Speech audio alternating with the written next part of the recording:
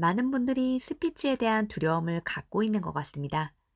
미국에서 어떤 기관에서 연구조사를 한 적이 있는데, 이 세상에서 가장 두려운 것이 무엇이냐라는 질문에 세 번째가 물에 빠져 죽는 것, 두 번째는 불에 타서 죽는 것, 그리고 첫 번째가 바로 대중 앞에서 스피치를 하는 두려움이라고 합니다. 그 정도로 대중 앞에서 스피치를 하는 것은 두려움을 느끼게 하는 것은 분명한 것 같습니다. 그런데 그 스피치 두려움이란 것이 과연 무엇일까요? 두려움이란 실체를 알고 보면 사실 아무것도 아닐 수 있습니다.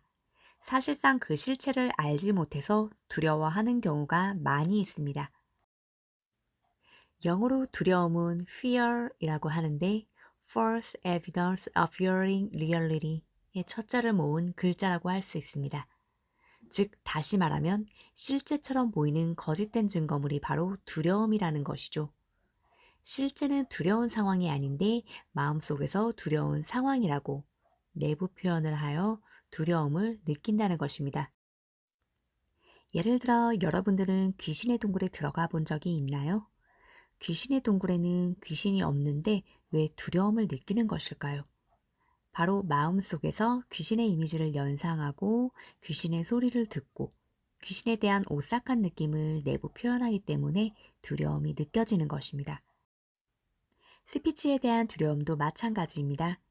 실제 청중들 앞에서 이야기를 하는 것은 한 사람 앞에서 이야기하는 것과 그다지 차이가 없습니다. 청중이라는 것도 마음속에서 만들어낸 개념에 불과한 것이죠.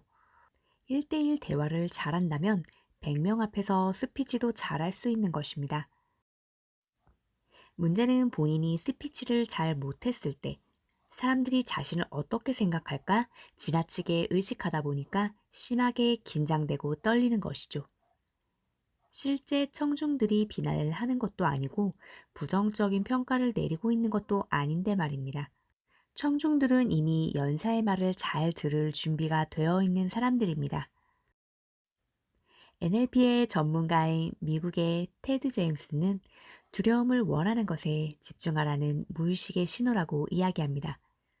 즉, 원하지 않는 부정적인 상황, 예를 들면 긴장되고 떨려서 실수를 하고 청중들에게 비난의 대상이 되는 것에 집중을 하고 있으니 전달하고자 하는 핵심 내용에 집중하라는 긍정적인 신호를 보내고 있다는 것입니다. 그래서 충분히 스피치 준비를 해서 말하고자 하는 내용이 마음속을 채우고 있는 사람은 항상 열정적으로 스피치하게 됩니다. 5분을 이야기하기 위해서는 그 10배에 해당하는 50분 분량을 준비하라는 이야기도 그런 맥락에서 이해할 수 있는 것이죠. 충분히 준비가 잘 된 사람은 말하고자 하는 내용으로 마음이 채워져 있기 때문에 두려움이 들어설 자리가 없는 것입니다. 반대로 충분한 준비가 되어 있지 않는 사람은 부정적인 상상을 할 수밖에 없습니다. 실수하면 어떡하지? 긴장하면 안 되는데? 와 같은 원하지 않는 생각을 하게 되면 우리 무의식은 부정어를 인식하지 못하기 때문에 신경 쓰는 것이 커지게 되어 결국은 더욱더 긴장되고 떨리는 법입니다.